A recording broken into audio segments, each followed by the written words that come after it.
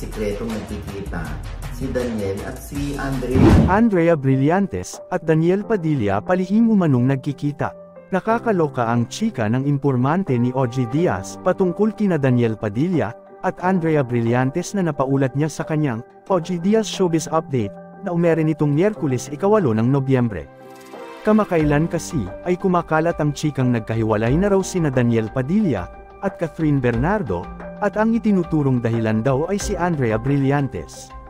Talagang pinag-uusapan sa social media ang di umano ang hiwalayan ni Daniel at Catherine, na ang dahilan daw ay si Pabiti na sabi ni OG. Sino? Tanong ng co-host na si Mama Loy. Syempre hindi naman to confirmed ha.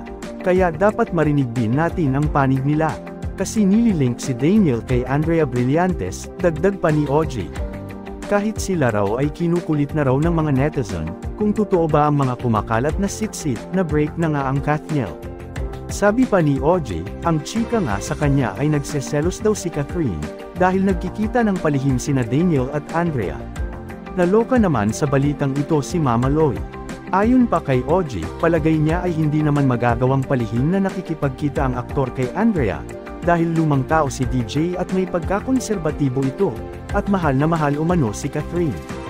Basta, abangan na lang natin, say pa raw ng source ni OG. Kilala raw ni OG si Daniel na konserbatibo, at pagdating naman daw kay Catherine, ay sobrang maalaga ito.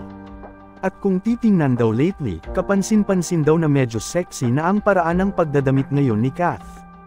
Recently nga, ipinost pa ni Catherine sa kanyang Instagram ang kanyang mga larawan, kung saan nakasuot lamang siya ng two-piece. Palagay mo gusto yan ni Daniel? Ayon ni OG kay Mama Loy. Pag si Daniel nakita yan talagang kukumutan si Catherine. Ganoon ka-conservative itong si Daniel. Paano yun Tay? Nagre-rebelde si Catherine? Sundot na tanong ni Tita Jegs na isa rin sa co-hosts. Komento naman ni OG, mahirap magkumpirma at magsabi ng oo, dahil kailangang manggaling sa mga nasasangkot ang pahayag.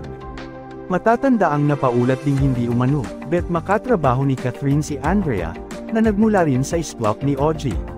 Samantala, wala pang reaksyon, tugon, o pahayag sina Catherine, Daniel, at Andrea tungkol sa pasabog na ito ng source ni OG. Hanggang sa muling kwentong may laman, at may katas ng kaalaman.